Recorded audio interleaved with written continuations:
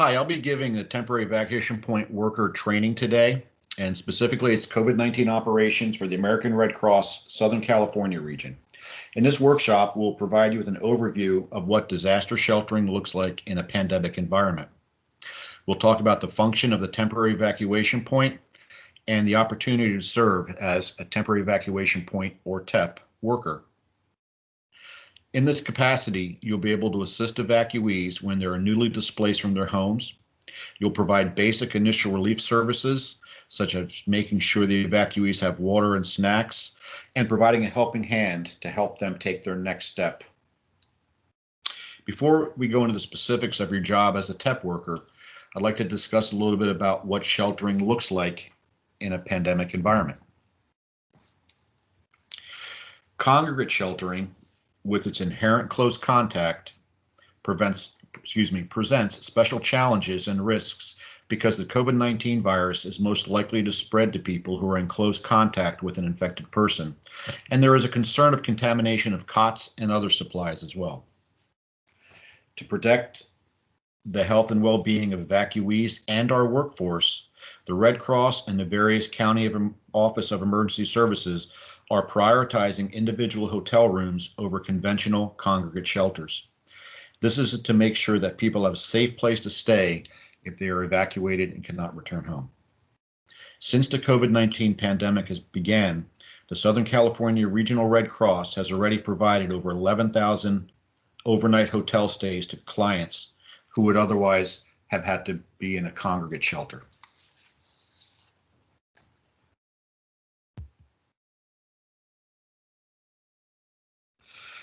Non-congregate or hotel sheltering starts at a temporary evacuation point, again, a TEP. The purpose is to provide a location where we can protect the health of the workforce and our clients by maintaining physical distancing, but still able to provide critical services for clients to prepare for possible sheltering operations. The county's Emergency Operations Center and the Red Cross will determine the initial location of the TEP. Evacuees will be instructed to go to this local predetermined temporary evacuation point.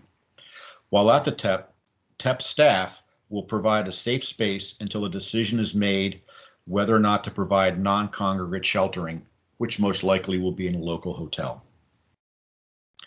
Leadership will determine availability of TEP volunteers based on local chapter and partner agency guidelines and availability, and begin calling volunteers to staff the TEP.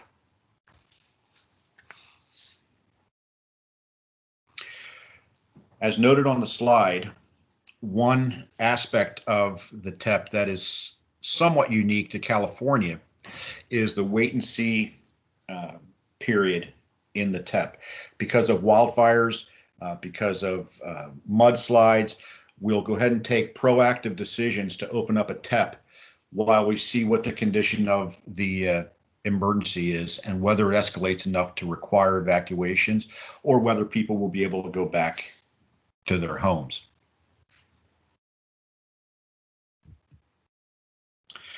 Okay, so how do you prepare for the job? You'll probably be sitting at home and then you'll get a phone call from someone asking if you can man a temporary evacuation point. First thing to do is plan on taking care of yourself. You need to ask yourself the COVID screening questions. And those are, do you currently have a temperature of 99.5 or higher? Do you currently have a cough or any type of respiratory illness? Have you or anyone in your household been in close contact with anyone who has been confirmed or presumed as having COVID-19? If the answer is yes to any of those, please inform the person calling you that you are not able to respond. I'm going to read the following statement verbatim because it's very important and it directly relates to COVID-19. We want to make sure you're aware of the following facts. The Centers for Disease Control has identified that those who currently have a heart condition, lung disease, diabetes, or any other serious health condition have greater risks associated with COVID-19. The Centers for Disease Control has identified those over 65 as having greater risks associated with COVID-19. If you come in contact with someone that is presumed or confirmed to have COVID-19, or you become ill while working, you could possibly be isolated or quarantined by public health for 14 days or longer. Understanding all those, do you still wish to respond to the crisis? If the answer is no, that's absolutely fine. Please let the person calling you or your supervisor know that. Once you've considered COVID and done your COVID screening, you want to make arrangements for your personal affairs so that you're going to be able to be gone for some period of time from your home. Do you need to make arrangements with work? Do you need to talk to your spouse about divvying up responsibilities in the house to accommodate you being gone?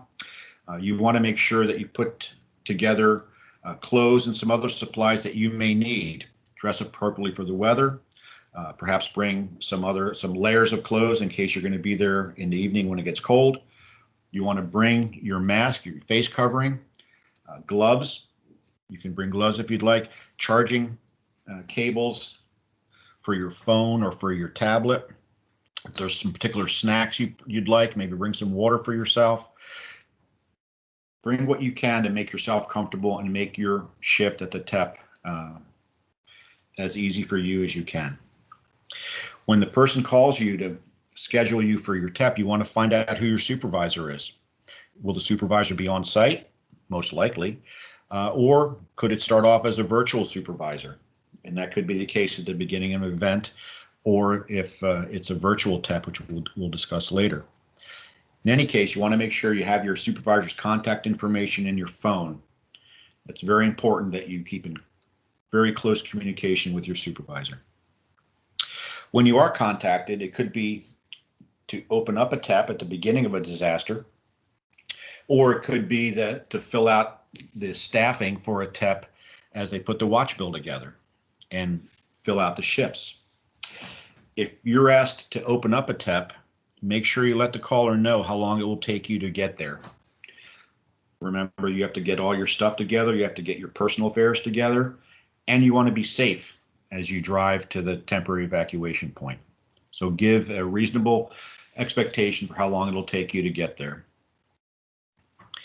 Ordinarily, TEPs will be manned or staffed on a 2 12-hour shift schedule, and you'll be in one of those shifts.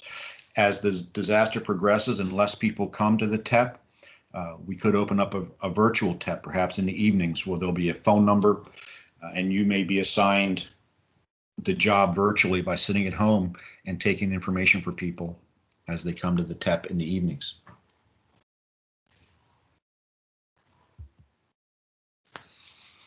Do a quick overview on the services. What you see in the picture there is a TEP trailer. If requested, Red Cross will deploy a TEP support trailer to the site as soon as possible.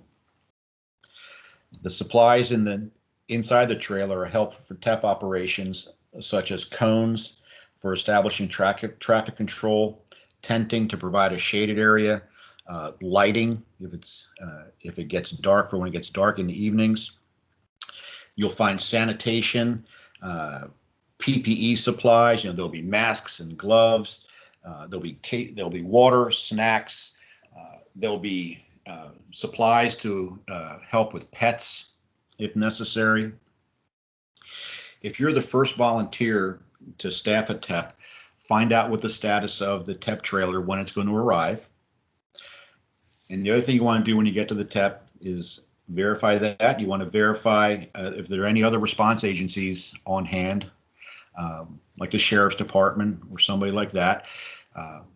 You want to talk to that response agency. You also want to talk to the facility that we're using, whether it's a high school or some other facility. Find out who is the representative from that facility and determine access to bathrooms. Is there a Wi-Fi service that we can get the information for to assist in registration, which will occur over Wi-Fi or cell connectivity? And then you want to communicate all this information to your supervisor if your supervisor has not made it on scene yet. And of course, you want to share that information with other TEP workers that are there. Going back to the slide, the key is to ensure basic needs of our clients are met. Okay, they're going to need hydration, they're going to need snacks, feeding. Will coordinate meals depending on how many people and how long they're going to be there and when they're going to be there. You need to communicate with your clients to find out if there are any needs that they have that have not been, that they're concerned about. Perhaps they left and they forgot some medicines, they forgot diapers, something, and you want to make sure those needs are passed up to your supervisor. And of course, access to the bathroom, as well as setting up an area for pets, for pet relief. When sheltering is needed and requested, we're going to ask you to begin the process to register clients who don't have a place to stay overnight. We'll go over those details on how to get their information in the system in just a little bit. But from ensuring the basic needs of clients, you're now going to transition into focusing on getting the clients lodging and getting them put into a place to stay overnight.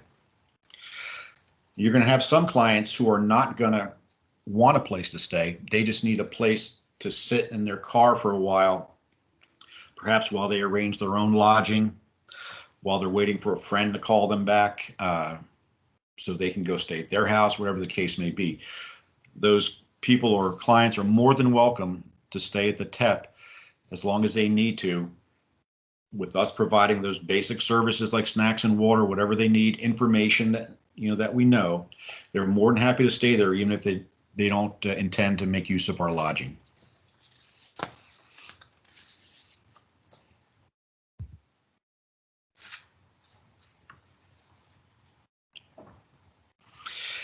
So each TEP will be staffed by a team of a minimum of 2 workers, and that's dependent on volunteer availability and the number of expected clients. Once the decision is made to provide lodging, again, TEP workers will shift focus to primarily working on getting evacuees into our database, the Red Cross database, so they can be transitioned into lodging as soon as possible. As mentioned, as the flow of evacuees decreases, there could be a decision to man the TEP virtually overnight, perhaps on a 24-hour period. The phone number will be posted to the TEP site, and if you're assigned to work, you'll be receiving the phone calls and register them using the online registration form we'll discuss shortly. You may encounter clients at the TEP who have already checked into a hotel and want the Red Cross to begin paying for their room. Most likely that's because they've contacted the Red Cross and we've instructed them they have to go to a TEP to register. So if they come to you, let them go ahead and get them registered. Even if they already have a hotel room, you just want to go ahead and annotate in the registration notes page that these clients already have a hotel and where it's at. And then we will work with them further to ensure that that's a hotel that we can actually pay for or not. But you just need to go ahead and annotate that accordingly in the notes where they have a hotel, and then the lodging and client liaison team will take it from there. The handling of COVID screening and self-reporting positive clients is handled on a county by county basis. So you may end up with a client that says, "Oh, I have COVID," or I have COVID symptoms. And for the Red Cross, obviously you want to immediately contact our health services personnel. The county will have their own procedures, and each of the individual partner agencies that could be either helping or manning a TEP will have individual procedures, local procedures on how to deal with that. The important thing as a TEP worker is, if you find that out, is to let your supervisor know immediately.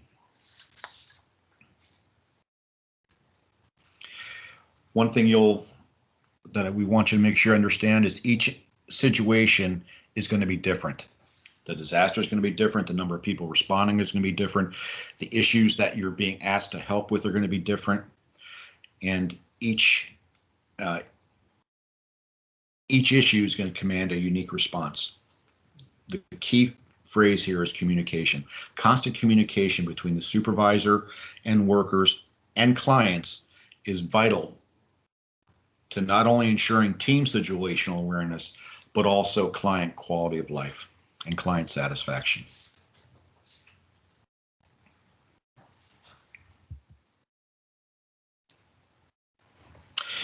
Okay, before you assess client needs and serve clients, communicate with your supervisor the full picture of what you have. Again, the supervisor may or may not be there, but as you're walking around, make sure you communicate with the supervisor. Supervisor will be communicating with you. The entire team should have the same picture of what is going on so that we can best support client needs.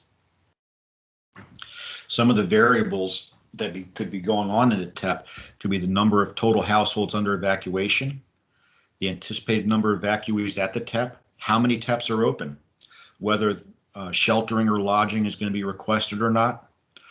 Is the TEP trailer there? If not, when will it get there? What other resources might be arriving at the TEP, possibly from other partner agencies like the Humane Society? All this goes into the determination of the support and the method of support that you're going to provide for the clients that will be orchestrated by your supervisor. There could be situations where an indoor registration, an indoor TEP is required, perhaps due to snow, rain, temperature, heat. If that's the case, a COVID screening station will be required. And again, each responding agency, the Red Cross or partner agencies, has their procedures to provide that. And your supervisor and the people above your supervisor will be arranging that if you need to go into an indoor TEP. Just be advised an indoor TEP is a possibility.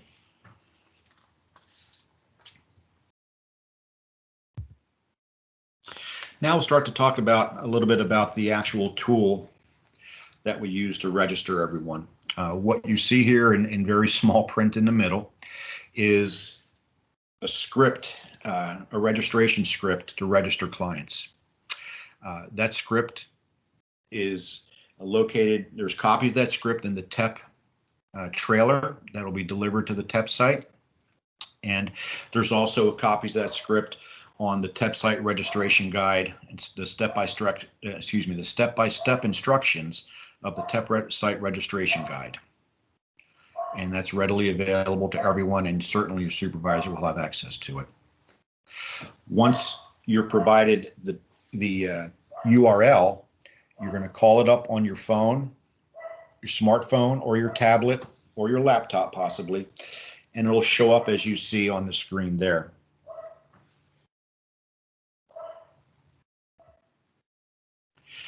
The first page of the TEP registration form looks as you see here.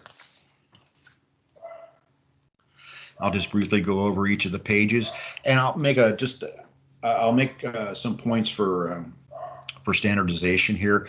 We need to make sure the information is entered the same way, and this will help the clients as they move through from the TEP into the lodging and client liaison, and it helps us provide a better experience for the clients. So it's very important that the information is put in the same way. As an example, is for line 4 for the phone number, please make sure you enter the phone number as indicated with just dashes between the sections there. Don't use parentheses or things like that. So some of the options have some of the lines have drop down arrows where you just pick from the drop down arrows, such as pets. It just gives a yes or no for pets. And after you've indicated all the information on there, you want to go ahead and just click next, and it takes you to the next page of the online registration form. The client's pre-disaster address is very important. Please take a moment to ensure with the client that this is the correct address as they understand it that's been entered in the system. This will have to be confirmed later, and it's helpful if this is provided accurately the first time. So a little change to the bottom here. You can see now there's not only a next, but there's a back button. So if you do need to make a change before you hit submit, you can always go back, and that just takes you to the previous page to make any changes you need to.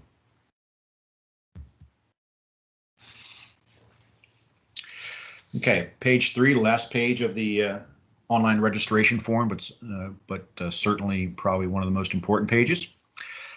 You see the lines there for healthcare, accessible rooms. That's very important for lodging, obviously. And then general notes.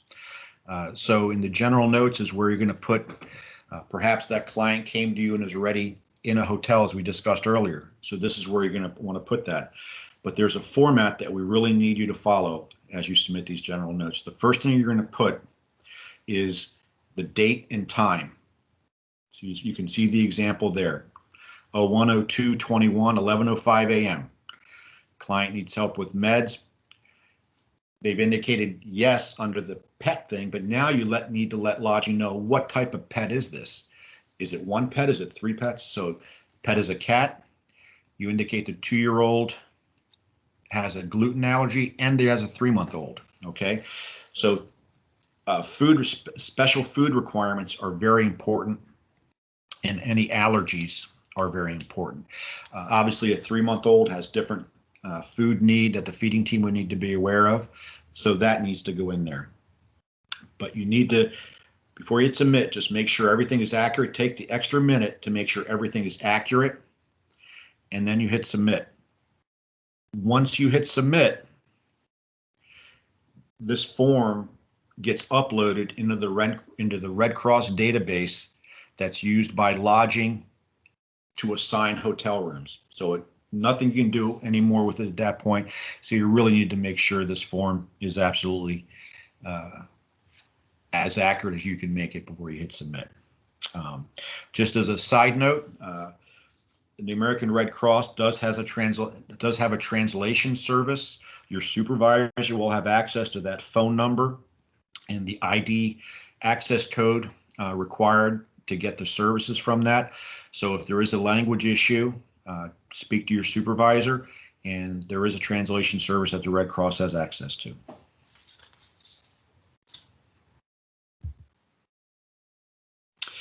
That completes our training for today. Thank you very much for considering the opportunity to serve as a TEP worker. If you have any questions, please contact Bixie Howe, who's the Disaster Program Manager for the region. I am the Regional TEP Lead. My name's John Steinberger, and you feel free to contact me with any questions you may have. And each chapter should have their TEP coordinator that you can also ask questions of.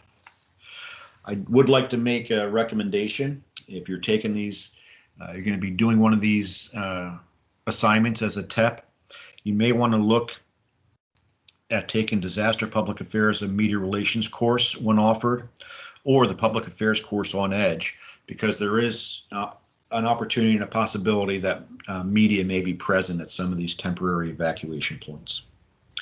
So upon completion of the training, this will appear in the volunteer connection section, the additional training section, a volunteer connection.